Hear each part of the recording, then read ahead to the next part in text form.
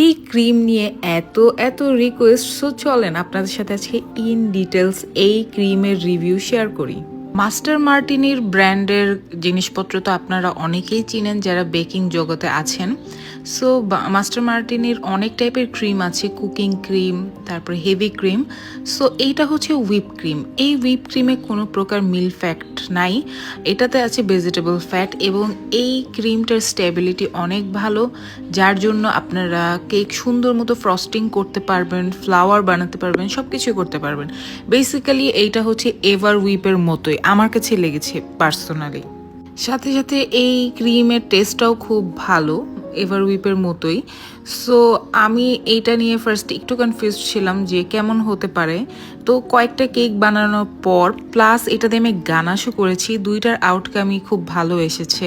তো সাডেনলি কেন আমি এই ক্রিমটা নিয়ে রিভিউ দিচ্ছি, যেহেতু প্রায় প্রায় বাজারে হচ্ছে গিয়ে এভার হুইপ নাই হয়ে যায়। সো আমরা কিন্তু এর সিমিলার খুঁজতে যাই যে কোন ক্রিমটা এভার হুইপের মতো আমাদেরকে সার্ভিস দিবে। আমি বলবো এই ক্রিমটা very close two ever whip. আমি বলবো ভেরি ক্লোজ না, পুরোটাই ক্লোজ।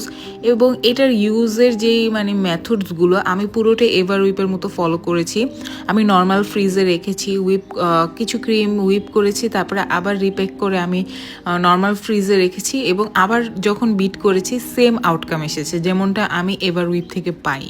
আর টেস্টের দিক দিয়েও এটা খুব ভালো, যেহেতু আমি কয়েকটা কেকই করেছি। আপনারা অনেকেই বলতে পারেন বাজারে তো অলরেডি ট্রপিক্যাল আছে, তাহলে আমরা কেন আবার এই ব্র্যান্ডের জিনিসটা কিনবো। আসলে যারা এভার হুইপ দিয়ে কাজ করে তারা কিন্তু চাইলেই হুট করে ট্রপিক্যালে নেমে যেতে পারে না, কারণ তাদের কাস্টমার বেসড এভার হুইপ খেয়ে অভ্যস্ত। আর এভার হুইপের টেস্ট কিন্তু অনেক মাচ বেটার দেন ট্রপিক্যাল।